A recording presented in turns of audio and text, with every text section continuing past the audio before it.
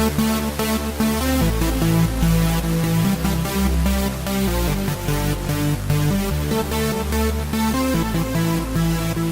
in again, ladies and gentlemen, to another episode of the R&D Sports Report. My name's Dishmond, and I'm joined on this rainy evening by Rylee. Rylee, how you doing? I'm doing pretty good. All right, so we're going to try to bring the energy up in here, right, to make up for the outside being a little dreary, right? Man, screw the rain.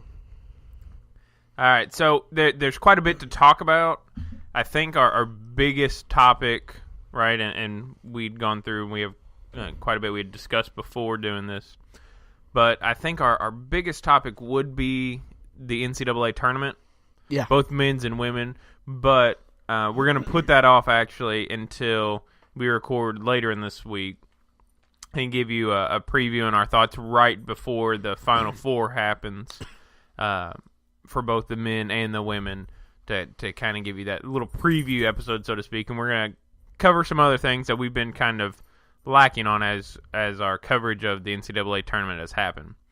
But while we are in this sphere, if you will, of NCAA, there's a couple coaching hires that took place today. Yeah. And get your thoughts here on it and discuss it a little bit.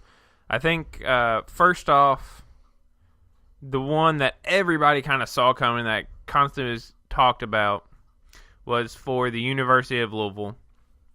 And getting Chris Mack from Xavier, he had been at Xavier since 2009, I think it was, right after Sean Miller left for Arizona. He got that job. That's his alma mater. So some were like, well, that's what he's known as home. Right. So it might be a little difficult. But, Rylee, I know that you are a U of L fan yourself, and what's your thoughts here on the hire here of Chris Mack to U of L? Now it's a 7-year deal. Did you ever see any money put out? I don't remember seeing a money figure, but I know when it was kind of discussed, it was a few million a year, probably 5 or 6, I would guess.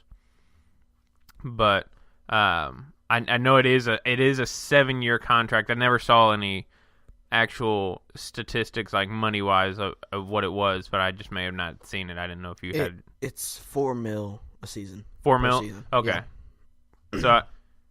So that's pretty good. Well, that's good, but when you compare to like what Patino was making, like that's chump change. But at the same time, like the university is not in kind of that same spot that they were, right? A lot of donors have pulled out since they got rid of their AD, Tom Jurich, which they also got an AD this week.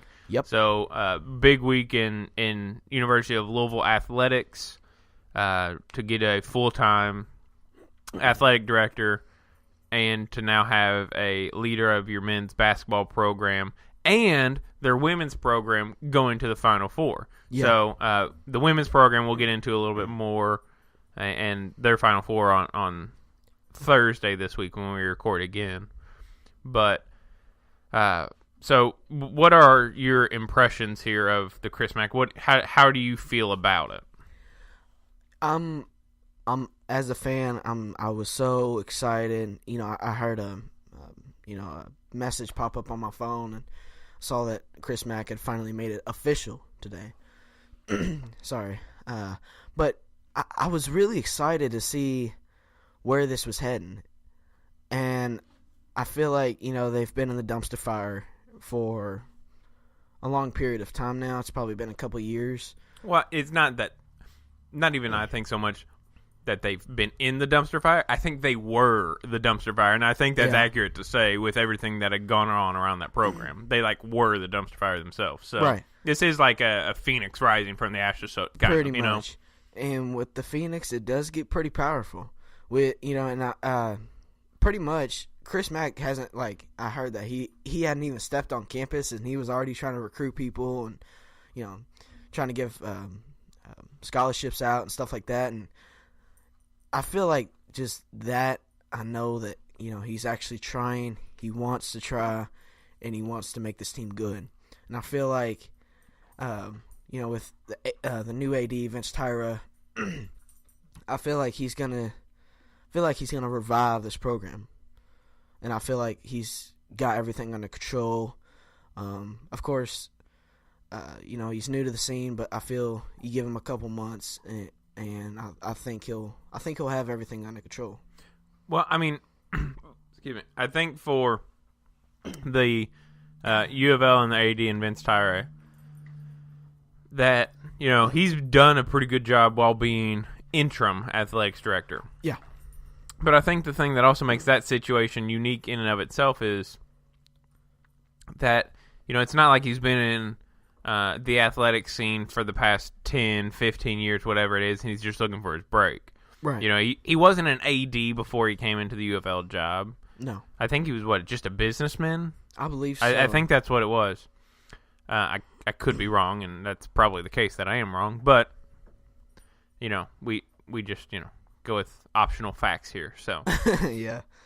It kind of gives a different perspective, I think, on the athletics world. And, he makes this hire at U of L, which was like the worst kept secret ever, that, U of L wanted Chris Mack wanted U of L. I had heard, and you and I had talked about this, back this past summer, even at the beginning of the summer, right, when U of L wanted to get rid of Patino, but couldn't figure anything right to be able to get away from that $35 million they owed him. Yeah. But, which having said that, I still think, and you and I both agree, I think it was time for them to get rid of him when they did. Yeah. After this whole FBI thing, I think it came a little fast. Yeah, I would agree with that as well. But I think you had to because, right, this is you're just kind of you were dragging that name down and becoming that dumpster fire like we had just talked about. Well, I felt that they were trying to jump a lot of things, and they were trying to be like, trying to avoid it. And I get it, but there was no way of avoiding it. There's been so much crap that has fallen on U of L. But with all this, Chris Mack coming, new recruits, new AD, this program will be revived. Well, and for me, I'm just not 100% sold on Chris Mack.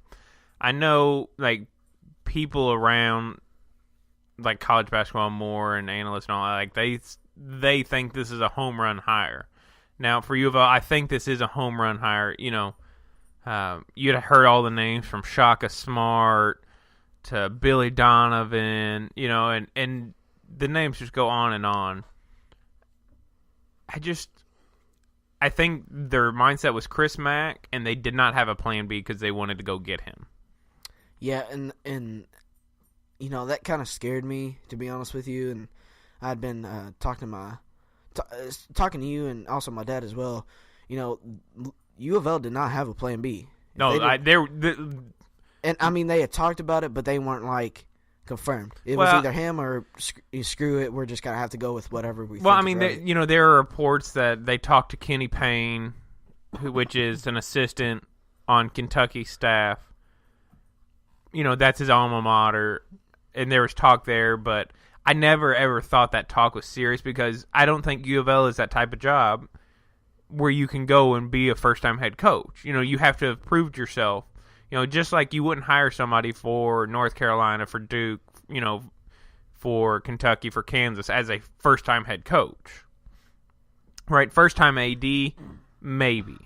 But first-time head coach, you just can't do it. And as you and I had talked, on here, and even off, that, U of L is one of those, at minimum, it's a top 7 job, but could be that top 5 job in college basketball. And any of those, really, I think if you're even a top 10 job, I don't think you can afford to go with a first-time head coach.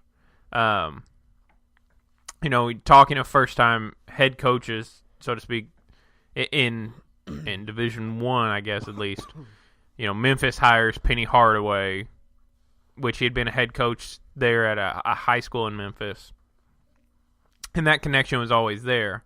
I still don't know how I feel about that, though. I feel confident kind of in it, but at the same time, he may just give you what they had with Tubby.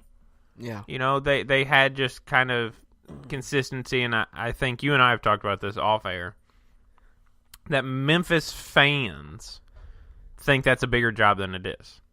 And I think in part because when Calipari was there, He brought them to national prominence, but they've never returned, right? Right.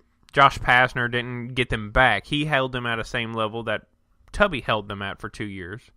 And, Penny Hardaway, he comes in and he holds them at that level. Is it going to be, oh, he's doing so great just because it's Penny Hardaway? Or is it, well, we didn't quite get what we thought? Now, having said that, I think he can have success, but I think it also will depend on the staff he puts around him. I would agree. I think what he needs to do, and we've seen these talks of his staff coming together. Larry Brown's been tossed around as a name to be like an assistant for him. I think that's exactly what he needs to do in Penny Hardaway, to get that experience on the bench with him. But he also needs to bring somebody in who's, been a recruiter before and had experience in the NCAA world and, complying with that. But right, and with a big job like that, you need to surround yourself with people that know what they're doing, have the experience, and to know who you're dealing with. If you got those connections and if you got those friends that you can, that you can lean on, that's what you need. Especially with a huge job like that, that is a valuable problem to have. Well, I think for Memphis, I think their thought was he has this connection to the recruits, and we can get those recruits in here. Now, having said that, we see this happen all the time, right? These one-and-done players, you can bring them into any university, but not every coach can coach them. No. I think that also is what is kind of special about what Coach Cal does, what Coach K does, and even Bill Self to an extent. But if you're talking just almost one-and-done programs, it's Duke in Kentucky, right? It takes a certain coach to be able to control that almost. Ben Simmons went down to LSU, and now I'm blanking on the head coach's name that was there, but that just didn't work out. You could see he didn't know how to handle that, and I think it's almost easier even to handle multiple one and done talents than it is to handle just one. And I can't believe I'm blanking on his name, but we can move on with that, with me just blanking on his name. But, when we're talking even recruiting, right, Pittsburgh even announced today, they have now agreed to a head coach in Jeff Capel, a top assistant there at Duke, and kind of has been the one to lead the resurgence in Duke's recruiting and bringing them up to the level they are. If you line up the timing he came back to Duke as an assistant to when they started picking up the recruiting, it lines up perfectly, and you can clearly see he's the reason for that. Right. I think he's a big part of the, of the coaching staff. I think that with this new job, it will give him a lot more opportunities and a lot more coaching experience. Well, he had been was he down? I think he was at Oklahoma before as head coach. So he's been a head coach before. Okay. But I knew that he'd coached before, but I wasn't too sure. Well, I think he went from Duke to Oklahoma and then back to Duke once he got fired from Oklahoma. But I think he'd even gotten into a little trouble in Oklahoma. So that'll be interesting to see, with Pitt there, because obviously there's also speculation that excuse me. I cannot get my throat cleared tonight. No kidding. Me neither. It's probably this rainy night, I'm guessing. Ain't that the truth? Again, screw rain. But, that'll be interesting to see how kind of Pittsburgh maybe handles that. Maybe they think there's no issue there. And there may not be. But at the same time, right, there's been some kind of speculation around the Duke program of how they're getting all these recruits, right? And so it'll be interesting to see in the future how that plays out. I will say their next season, their recruits that they're getting. Oh, they're loaded next season. The recruits they are going to be so deadly next year. But now, but here's the thing: you say that they're going to be so deadly. Look at the amount of talent they had last year and this year. Yeah, and they didn't, do anything. So, out of those three, I think U of L got the best out of that. Chris Mack has proven himself to be a winner at Xavier. Now, I think the biggest thing there is he has to prove himself in a bigger atmosphere now. Yeah, he's definitely got a lot of hype behind him. Well, he's got the hype, and sometimes people don't live up to that hype. But he's got the hype behind him. He's got, an athletic department that is strong, has the resources like the Yum Center and things like that to be able to really bring that back up. And I think he will probably be the most successful of all of them, right? All those three coaches. I think Chris Mack will be the most, but he's also the one who's set up for having the most success, almost even immediately. And I know as you mentioned earlier, right, I had seen where, apparently one of his assistants had been coming with him, and I think the total I saw somewhere earlier was for $4 million for all the assistants or something over a year salary, I guess. But some of the assistants, or one of them, I guess, had said that called a recruit, said he was now recruiting for Louisville instead of Xavier. So yeah, that's just insane. But and that's the thing. You have to get going now. Yeah. No time to waste. Well, yeah, signing day is closing in, so he's got time. He can go try to close on some other recruits and get them out. And that's Chris Mack is known for being able to be a good recruiter. Also, I will say that if everybody stays, except for the seniors that of course had to leave, it will be interesting to see how Chris Mack uses them and uses their ability, their height, and their skill to good use. I feel David Padgett had it, and he was just at a disadvantage though from the beginning. He was always trying to dig himself out of a hole. I think for him, that he started at a huge disadvantage. For having also never coached right before. He's 32 years old, 33, whatever it is. And I know that he played for him. And, I've seen a couple of U of L people hate on him. I'm like, how can you hate on him? You can look at his record. Yeah, we've lost a lot of games, dude. I mean, the Virginia game is a huge example. But I'm sorry, that Virginia game, you can't completely blame on him, right? No, because he's not controlling his player. Who is it, Dangadell? Yes, on the baseline when he's told not to move and he moves, right? Yeah, you can't control that. I can't. It's not a video game. I can't control you and hold you there in place. So, well, I had looked on Twitter and all that, and people were just people were blasting Dang. And going back to the whole, I've seen a couple people hate on Padgett. I was like, how can it be his fault? It's not his fault. He can't control what his players do. Yeah, I get what you're saying. He can control the players on a certain level, but he cannot control them on a baseline moving. It's not possible. You can't, and it's pretty self-explanatory. You're in college. I believe he's a sophomore. No, he's a junior. Junior, isn't he? Yeah. And I'm like, you seriously don't know that? Are you well, when the ref goes and he points down to the ground, you got to stay there. But and you're expected to go. He's been looking at the draft lately. I don't know if he hasn't declared yet. I'm hoping he comes back, but you can't. You just can't expect to go in the NBA when you've done something so stupid like that. I'm sorry. And even if he does declare, I think it is important to note, right, there's a difference between declaring and staying in the draft. Yeah. Because, I even know I saw a quote from Coach Cal, right, that he expected most of the players to declare. And you only declare to get your name out there and kind of put your feelers out and see what's thought about you at the NBA level. Yeah, that's what he's been doing.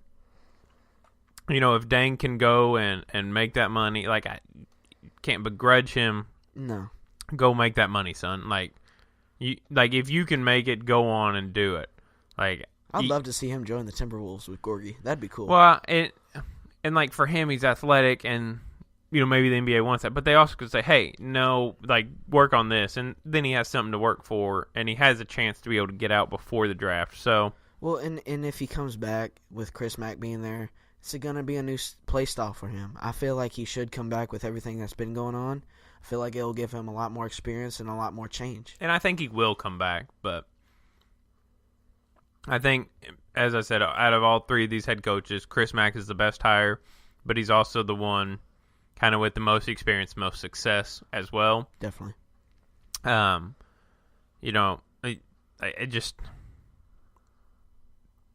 glad U of L got their guy because that, and you and I both know, that was their only plan, right? Pretty much.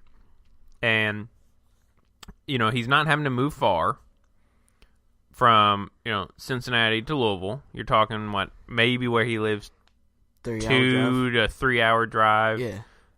We've made that length of drive before. Well, it's not like he can't purchase a hotel either. Well, and he's not going to have a hard time finding a house to live in. So exactly. I think they are set up the most to succeed, and it'll be interesting to see kind of recruiting wise what he can kind of get in. That's the thing. He could bring in this massive class for U of L. It's not unheard of, right? When, Cal comes into Kentucky, he swoops in John Wall, DeMarcus Cousins, Eric Bledsoe, right? Because he'd already had contact with them through Memphis. And so he kind of swooped them in there. But, Chris Mack, he's got these players that were supposed to be coming to Xavier to play for him. Do these players want to follow him to U of L? And what other players can he go now get that may be even higher level recruits because he's at a place like U of L, right? He's at a higher named school. So it should be really interesting. I think it'll be interesting, and I think it is a good hire for both sides, right? It gets him to a higher level, and, the only way that I think he would leave a U of L is, the top three. Duke comes calling, North Carolina, and I just throw Kentucky in being a top, but Kentucky wouldn't go to get U of L's head coach. So the other way, I guess, would be Kansas, if you want to throw a 3 in there, right? Those are maybe the 3 that could pull them away. Kansas, but at the Virginia, same time, West U of L has the money to be able to keep him. Yeah. The other option that would pull him away is if he wants to go to the NBA. And, you've seen some coaches succeed going there, and you've seen some fail. Brad Stevens has succeeded. So Rick I think did not succeed. Rick, Cal didn't really succeed. Billy Donovan's kind of a mixed bag. Yeah. Well, when you got 3 superstars, I'm just saying that's pretty easy. Well, and you say that, but you It's not still have to that manage easy, yeah. egos, right? So it's like a different style of coaching almost.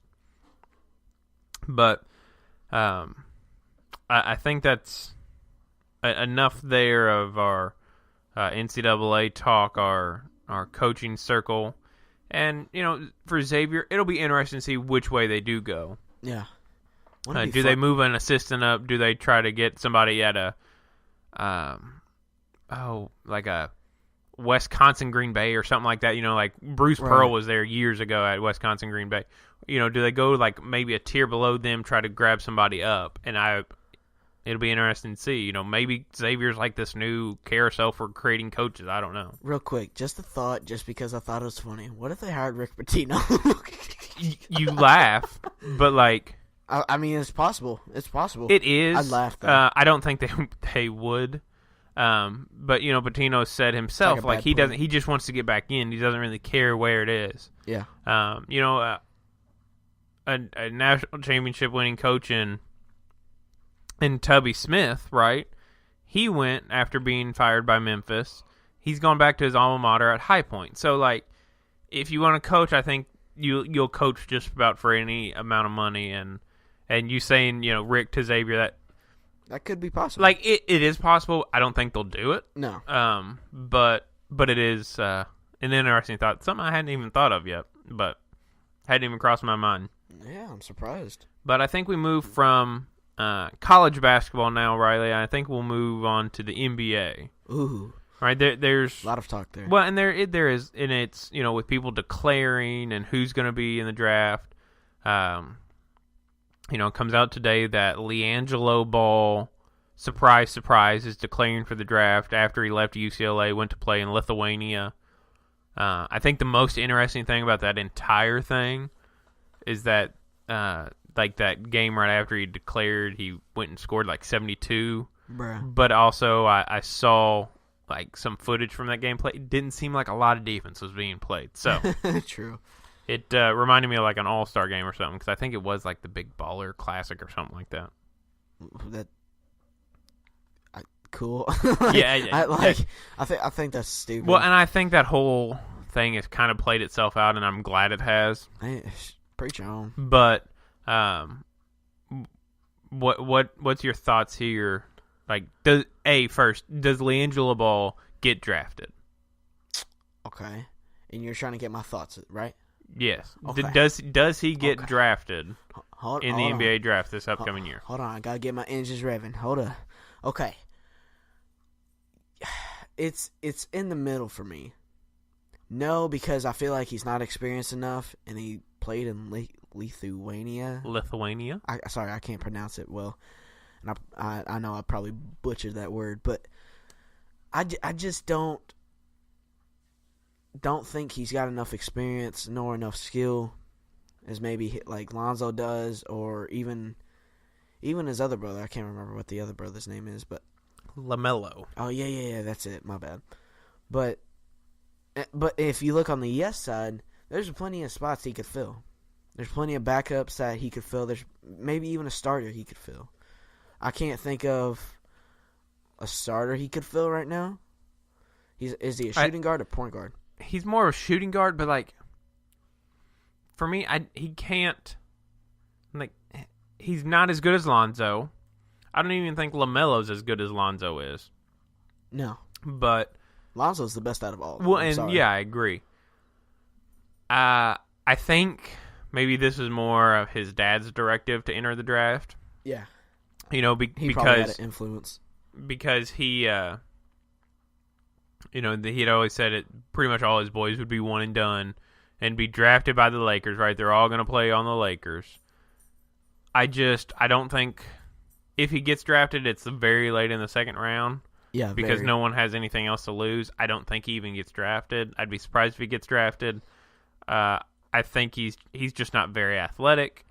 He can shoot, but that seems to be about all he really can do. And don't get me wrong, I love all the. I almost said something, but I like LiAngelo, sorry, Lonzo and LaMelo, but I can't stand their dad. I'm sorry, I don't know. No, I can't either. And it makes you kind of wonder, can they even stand him? But right, LaMelo, can he make it? Maybe, but at the same time, he took a big risk going at his dad even took a big risk on his own son. Leaving high school to go play pro ball in Europe. There's a difference between high school ball and pro ball in Europe. Oh yeah. I think the other thing to also look at is, LiAngelo might have been successful in Lithuania, but he's also not at the highest level of European basketball. So I think there's also something to be said there. Does he get drafted? Maybe, but I'm going to lean no. I'm going to say he does not get drafted. He may get picked up for a summer league, but opening night of next year, he's not on a roster. My overall answer would have to be no. He's not going to get drafted. He could probably go to the G League. That'd probably be the best thing for him. I just don't think he's NBA material right now. I don't know that he ever will be. No. One, I feel like he's too young right now. I feel like he's too young. Well, but Lonzo was his age. So, right. I just feel like LiAngelo is not. LiAngelo is not Lonzo. So. Well, it's not even that. I'm trying to put it in words. He's not as well-rounded as Lonzo is. He's not able to pick up skills that Lonzo was able to do instantly. Lonzo has not been the best shooter. No. LiAngelo might be a little bit better of a shooter than Lonzo. First of all, he's got the athleticism to get to the hole. LiAngelo doesn't have all that. Like I've Like, seen he's just highlights good of him shooting. play here and there. Like he's just pretty much a shooter, and you can do that in the NBA, but you basically have to be what they call a 3-and-D guy, right? You have to be Yeah. able to shoot the 3 and play the D. You have to be able to be a wing defender and just be able to pop threes. Like that, you can make a living doing that in the NBA. But it'll be remaining to be seen if he can actually play defense. Right. Do you think that he should have even declared for the draft? I don't think there's any question that he was going to declare at all. Do I think he should have? Well, It's like in the middle. Well, Like, you look at the positives. it's so much. and you It's look at like, the well, negatives. yeah, go ahead and declare whatever. Like, I just don't almost care enough that he declared because I knew in the back of my mind he wasn't that he gonna was get going to, anywhere. and I just still don't think he'd be successful at all. But transitioning to someone who actually has been very successful in the NBA is Dirk, and right before we sat down to record, right, it popped up that he's going to be back, and he said he wants to be back with the Mavericks again next season, meaning he's not going to retire yet, and planning on coming back for another year. Smart on his part, or should he try to maybe go somewhere else? No. First off, I want to honor this dude's non-selfishness. This dude is so generous. You got to think, he's a great basketball player, and he could probably land great names. I mean, you could go to Portland, you could go to maybe even the Cavs. But, like, to know that he's stuck with this team, I can't remember how many years it's been. Do you know? How many seasons he's been there? Like, I mean, I almost want to say it's like closing in on 20 years, wow, 20 seasons. It's insane. But I feel like, one, he's just not selfish. This dude thinks about his team, his coach. Well, and to be on a losing team and saying, Right. "Hey, I'm gonna come back," like That's like you have to love yeah. the game, Well, I feel like he's one of the couple that has the passion for basketball no matter where he plays. And I feel like he just doesn't care. He just wants to make sure he fulfills his dream. He loves the game of basketball. And he just wants to play. He doesn't, like, he's not that guy of, I want to win constantly. No. He just wants to play his passion. And he wants to make sure that, he has a great time doing it. Now, I think it wasn't as smart to stay. But with the way, like, you're kind of making yourself like a Hall of Fame kind of guy in Dallas. Like, you're going to be known for it, Okay, so, sorry, not to cut you off there. No, you're good. It just happened while you were talking. I was looking up here. He is going to play out the remainder of his contract and return to the club for his 21st NBA season. Wow. Which is incredible because, like, you don't hear that much about Dirk, but he's still got that famous fadeaway. Oh, yeah. He's still been playing great, and he just it's one of those things. Like, he said he feels great. He's missed one game all season, which is amazing. Oh, yeah. Well, and to be in your 21st season, like, we give LeBron a lot of credit. Being in his 15th season, hasn't missed a single game. In your 20th season, you've missed one. Like, that's impressive as well. Well, and I feel like he's looking at it as, if I stay here, I'm gonna make a name, and I feel like that's what he's aiming for right now. You think, this is his thought. You think of the Dallas Mavericks, you're gonna think Dirk Nowitzki, the legend, power forward that could shoot, had a great fadeaway, knew what he was doing, and carried a team. Like, I feel like that's just pretty much his view right now. Well, with everything that's been going on. In years past he carried the team, and even like this year you haven't heard as much because they're not needing as much from him, right? He is, yes, older, and so, like, he's been playing almost 25 minutes a game on average, and that's the least he's played since his rookie year. He down around 12 points a game, but the Mavs are also rebuilding. So, He wants to come back for next year, and I think it's a club option in that 2 year. Yeah, it's the Mavs would have to bring him back, and I don't know why they wouldn't bring him back for next season. They've pretty much got him like a plank of wood, really. Well, he had signed a 2-year contract, right, for this year, and then a club option for next year. I think they approve it if he wants to come back. And I think you owe that to him as long as he's been playing. Now, once he comes back next year, I think that's probably it for him, and I think he rides off into the sunset with a Hall of Fame career. Oh yeah. But it's just amazing to be able to play that long in the NBA, have the success he has. He's won an NBA title, and he's not always been on the best teams though. No. Like the Mavs have been so up and down since he's been there. Now they're back into a rebuilding phase.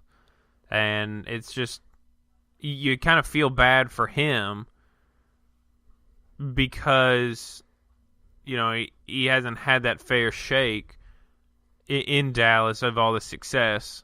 But hopefully maybe he can see a little success in the rebuilding phase, much like the 76ers, right, have seen the success in their rebuilding stage,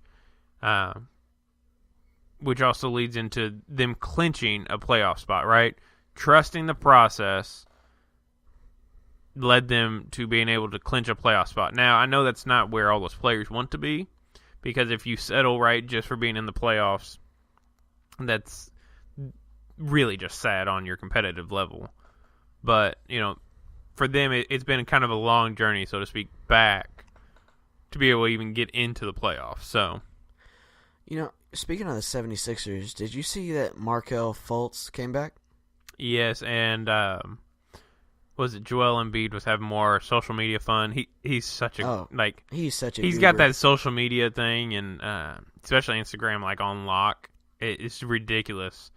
Because I think wasn't it like him kind of rising up from the grave or something like that. Yeah, and he was saying something about trusting the process. Yeah, he's always trust the process. But he's a nut, bro. He's a goober. He is, but I mean the man's good. Well, I love Joel. I'm sorry, but there's nothing to apologize for there. But he trusts the process more than anybody else, right? He's been the one who's had injuries and all that, but he just kept leaning on it and trusting that process. And hopefully nobody is playing like a drinking game, as we keep saying, trust the process. But well, if they are, sorry about that.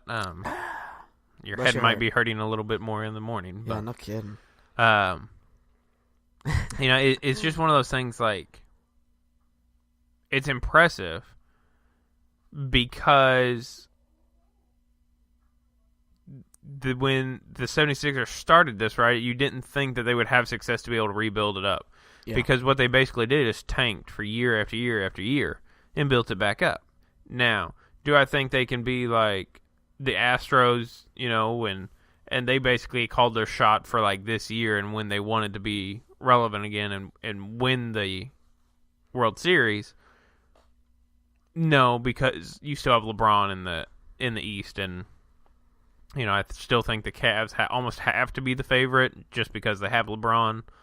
But you've gotten to at least the point where you are in a position to be able to take advantage in a 7-game series, to be able to continue on and get your run deeper in the playoffs. I keep looking at the 76ers, and I like everybody on the 76ers. I'm not a huge fan of Ben Simmons, but I love the 76ers.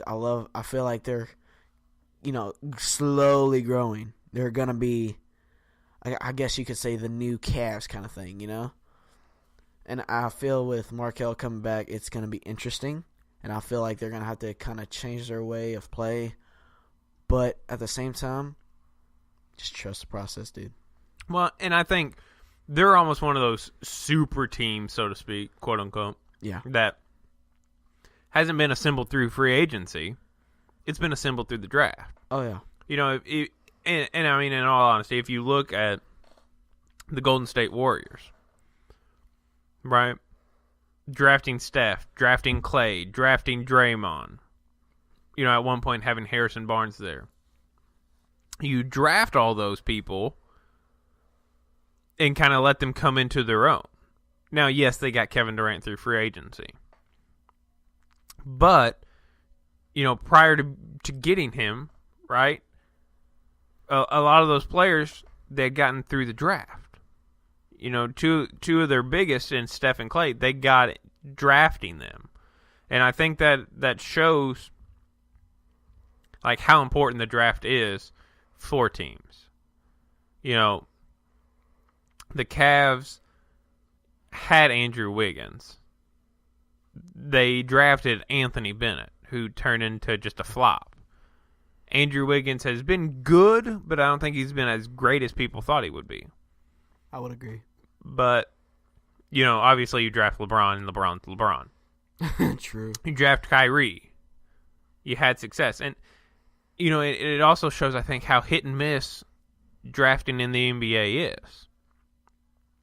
But, you know, when you're talking about being able to draft just right, we looked at the 76ers and went, what are they doing? They're having so many big men.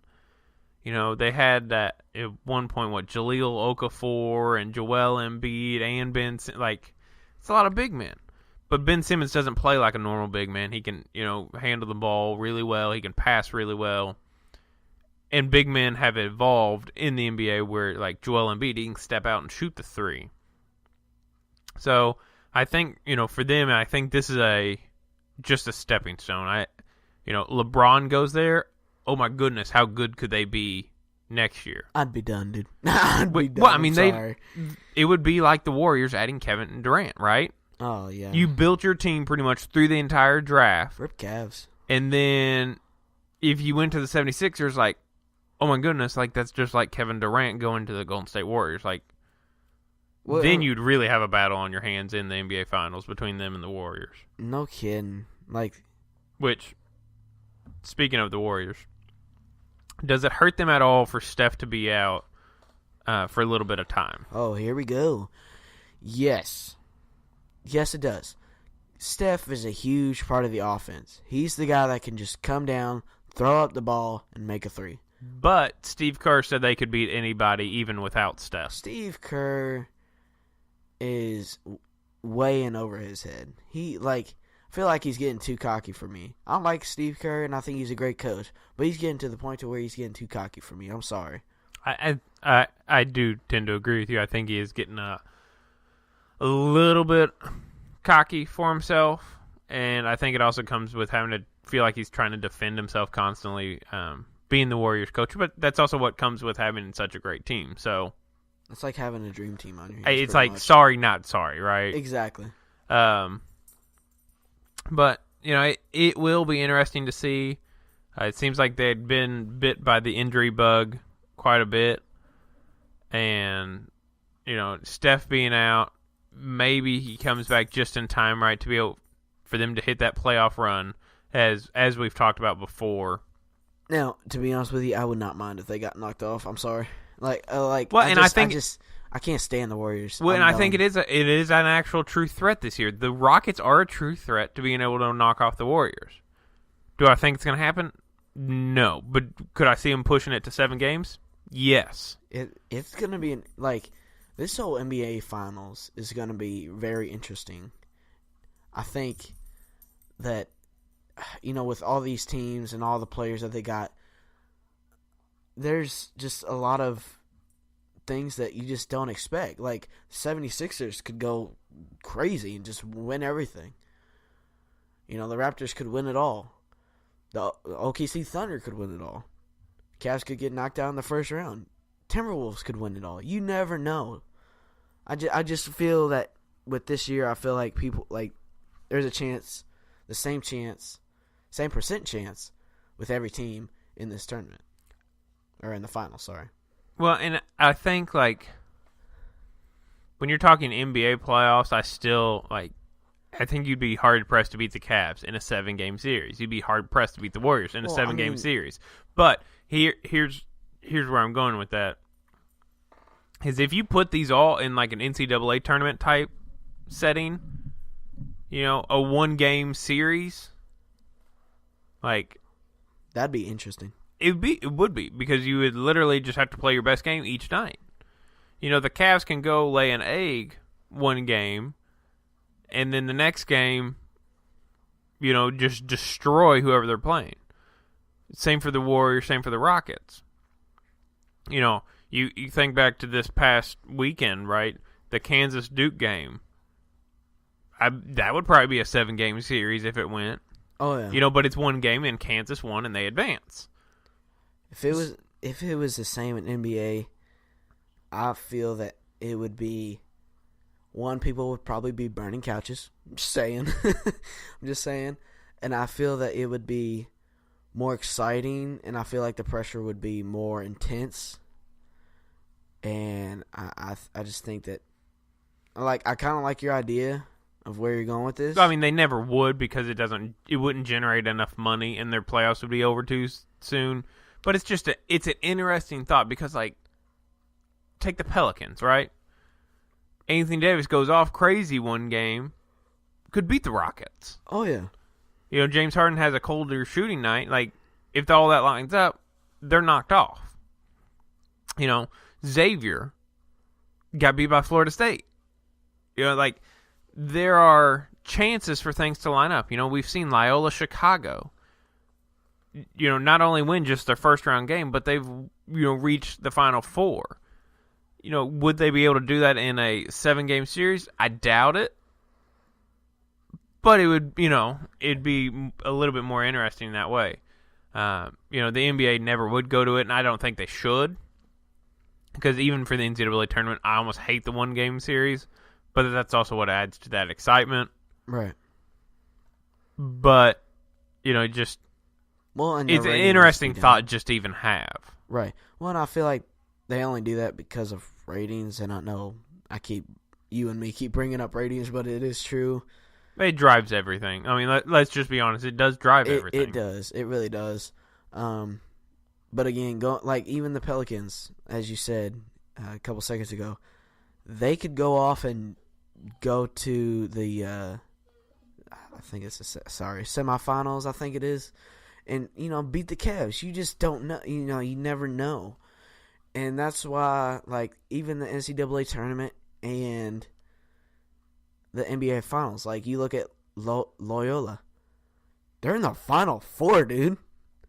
You just never know with teams. So I'm not going to put anything to Anthony Davis, Raptors, OKC, Timberwolves. I'm not going to put anything to those guys because anything could happen. With Steph being out, it just increases the greater chance of people getting kicked. But, again, I just keep going back to the whole Cavs and Golden State problem. And it kind of annoys me, to be honest. Well, I think Steph's only supposed to be out, 2-3 weeks or something like that? Well, I think they said that he would miss 1 round. Did they say 1 round? Yeah. Okay. A couple games or something like that. So, I mean, their first round matchup shouldn't be too difficult for them. So they probably could get past that and have him back for the next one. And it's not like they just, acquired him in a trade. So they know how to play with him. Right. And without him. So. When you look at someone like the Cavs, if they were facing this with Kevin Love coming back in the playoffs, right, it'd be a different situation. These new guys haven't played with Kevin Love. Kevin Love hasn't played with the new guys there. You could see where that'd be a little different situation. But,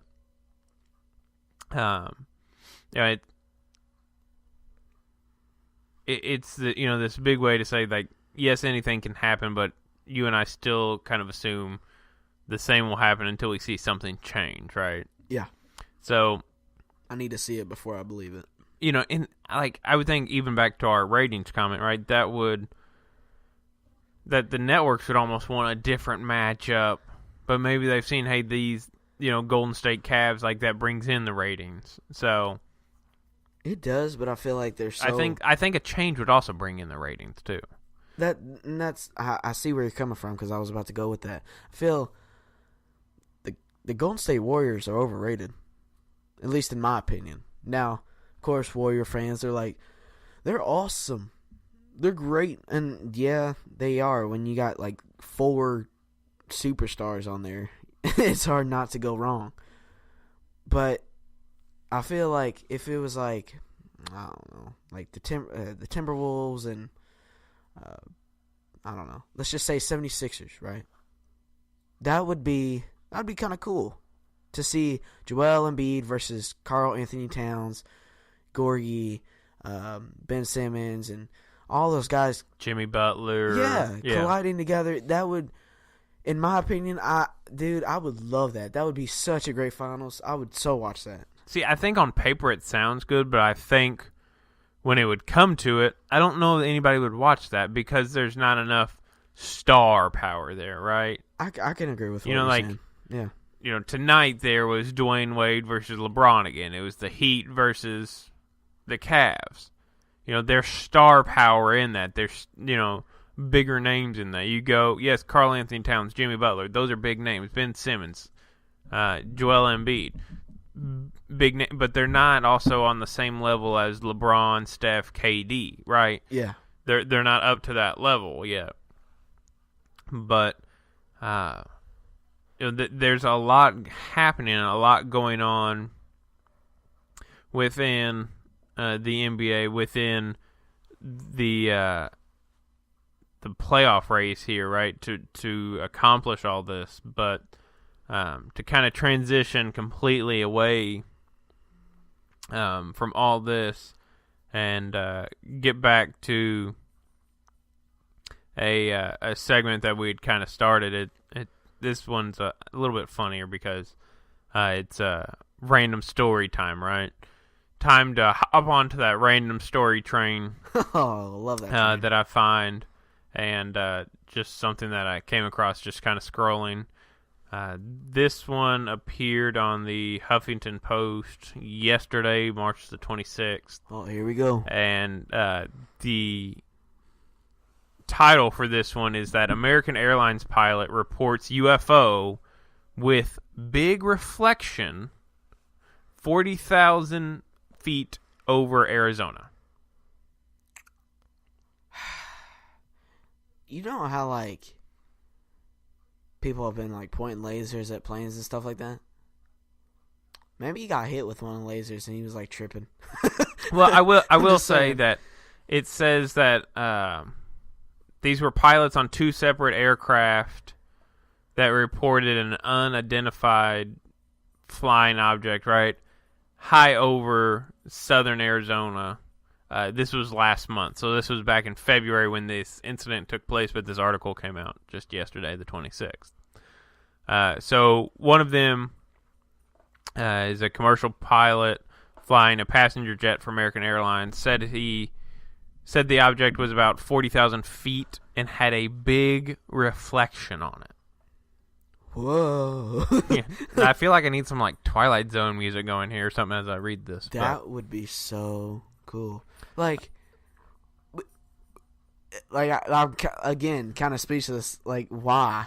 So apparently the incident took place February the 24th when the pilot of the Learjet reported an object to the Albuquerque Center Air Traffic Control while flying over the desert in southeastern Arizona.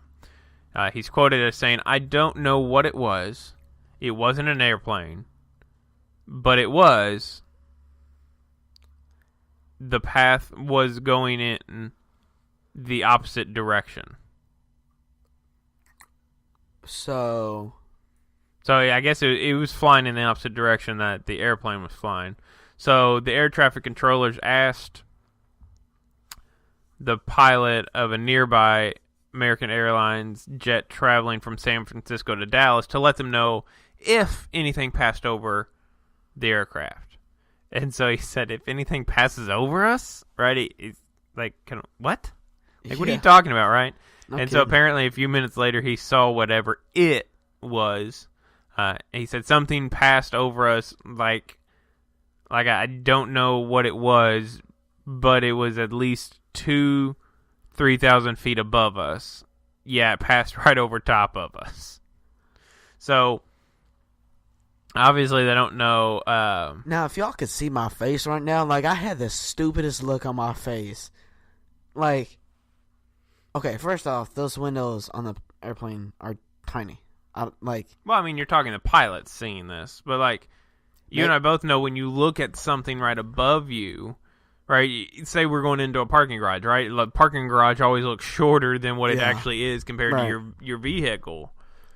But like, I don't know. Like, this took me back for a second. Maybe he was like drinking a soda, right? Or maybe he was eating, and like, what do you call them? Mistresses? No.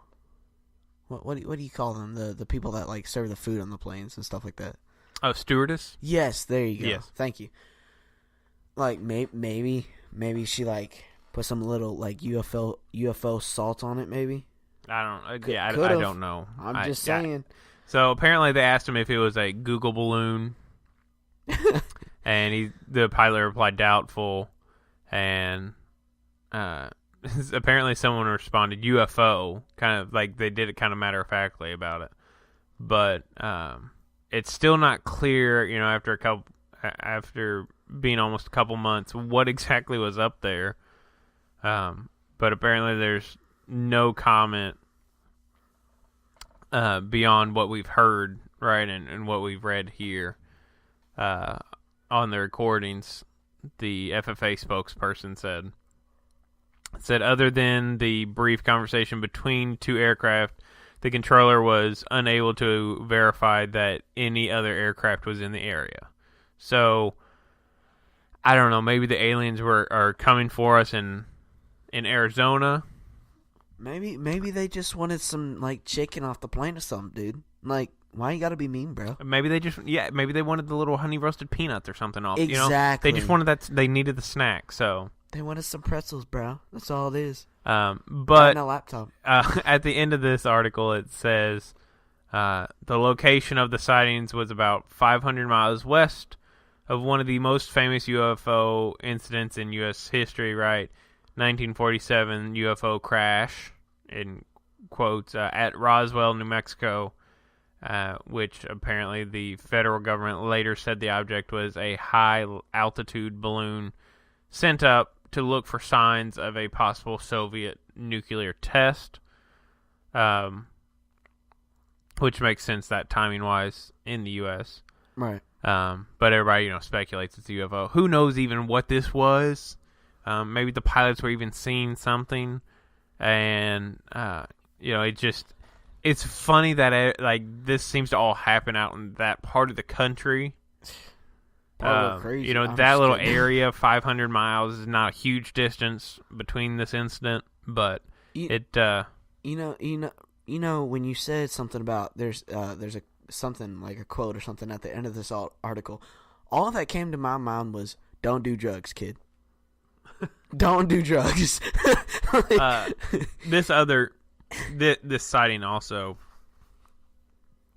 it says that UFO. Right, this reported altitude of 40,000 feet would put it above the range of consumer drones, but the vague nature of the sighting doesn't completely rule out balloons or experimental aircraft. And I will say that the sightings did occur near the Davis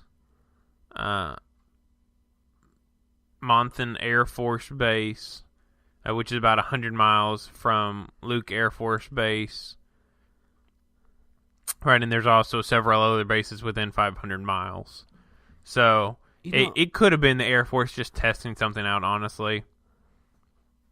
And they knew they were flying, at a altitude that wouldn't affect any aircraft. So, but the implication is that had it been military aircraft, the traffic controllers would have likely known. But, Probably. Also if they're testing something in secret, they wouldn't have known. Exactly. So, this could be just a bunch of nothing. Just something funny I happened to see and I had to share with you. Dude, I think that was a great story and a funny one. I think it's funny. People are like, saw a UFO. And then I just go back to my question of, well, if they've constantly been here, Like, are they trying to spy on us? Can they finally land? Bruh. You are it's like going to a country, right, but not showing yourself. Like, looking at a country, right? You're standing on the border, looking at a country, and you just go, nope.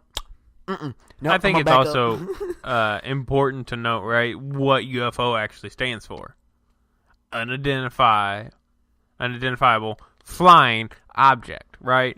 It's not saying, oh, it is a spaceship. It's saying, no, it's something that's flying that we can't identify, right? Yeah. That's exactly what it is. So people can't get that definition. With our little alien story here. Hey, real quick. Don't do drugs, kids. Yeah, exactly. Don't. Clear Stay PSA. in school. Stay in school. Don't do drugs. Love your mama, your daddy. Yeah. Great.